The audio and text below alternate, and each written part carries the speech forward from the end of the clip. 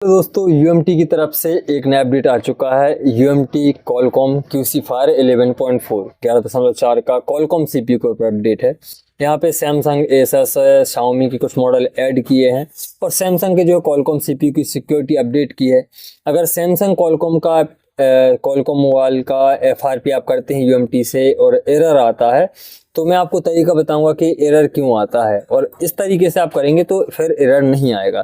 तो जल्दी से अपडेट देख लेते हैं, ज़्यादा इतना बड़ा अपडेट नहीं है।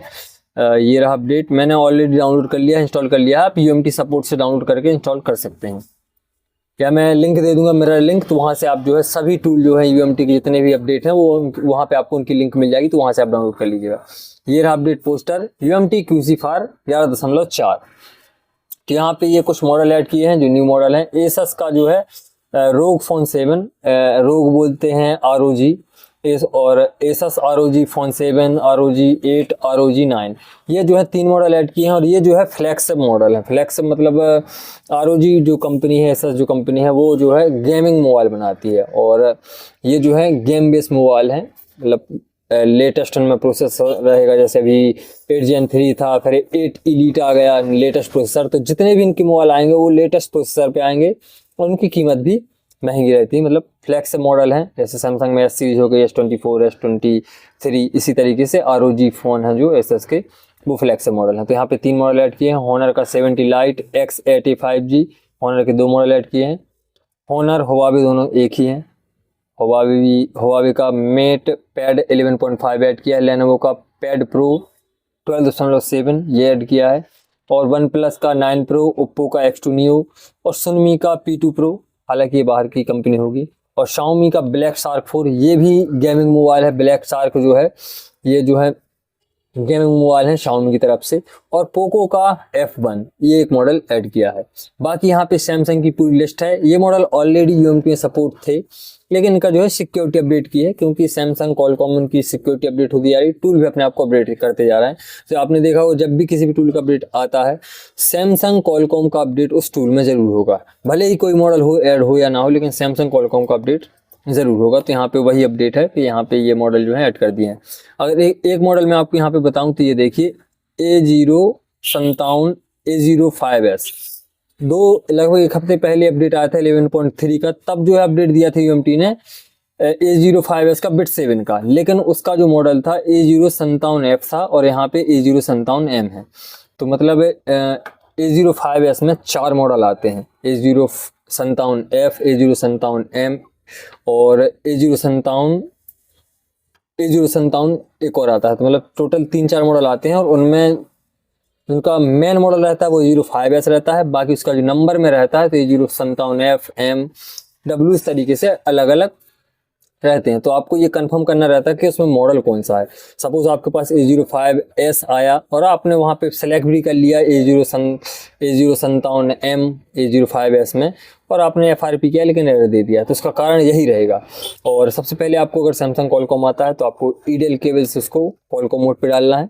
सबको पता है कैसे जाता है, कई वीडियो मैंने आपको बताया है। अगर नहीं जानकारी है कि Qualcomm मोड कैसे डालें, यूट्यूब पे आप सर्च कर लीजिएगा, आपको मिल जाएगा कि सैमसंग के Qualcomm मोबाइल को ईडेल केबल से Qualcomm मोड पे कैसे डालते हैं।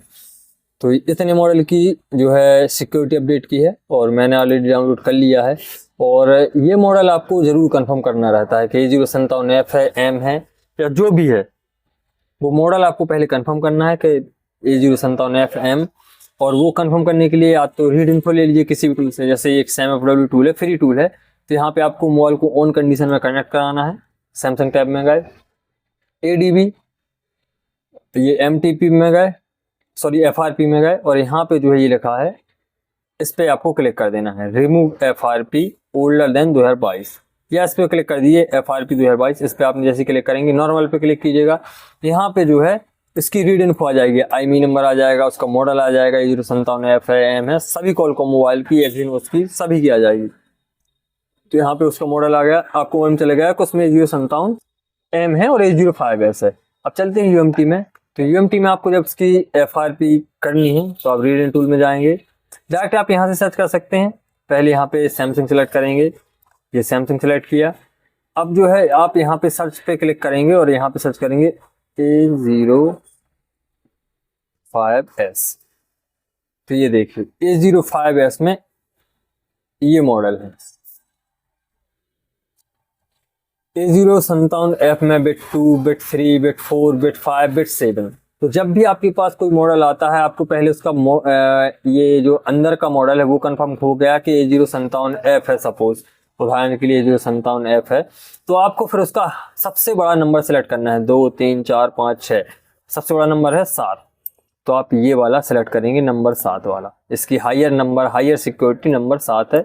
ये सेलेक्ट किया, कॉलकॉम मोड पे डाला है ये मोबाइल, कॉलकॉम पोर्ट आ जाएगा डिवाइस मैनेजर में आपका। यहाँ पे ये डिवाइस मैनेजर में आपका पोर्ट आ जाएगा, यहाँ पे पोर्ट आ गया, और सीधा यहाँ पे रीसेट FRP एक्टिव कर देंगे, आपका FRP हो जाएगा। अगर A05S में A057M आता है तो वो भी आपको यहाँ पे A05S, तो इसमें देखिएगा ये तो हो गया F के लिए। अब आते हैं A057G भी आता है A05S में, और A057M ये रहा A057M। अगर A057M है तो इसकी हायर बाइनरी क्या है, 2, 5, 7, तो इसका हायर नंबर है 7, तो आपको यहाँ पे बिट 7 सेलेक्ट करना है।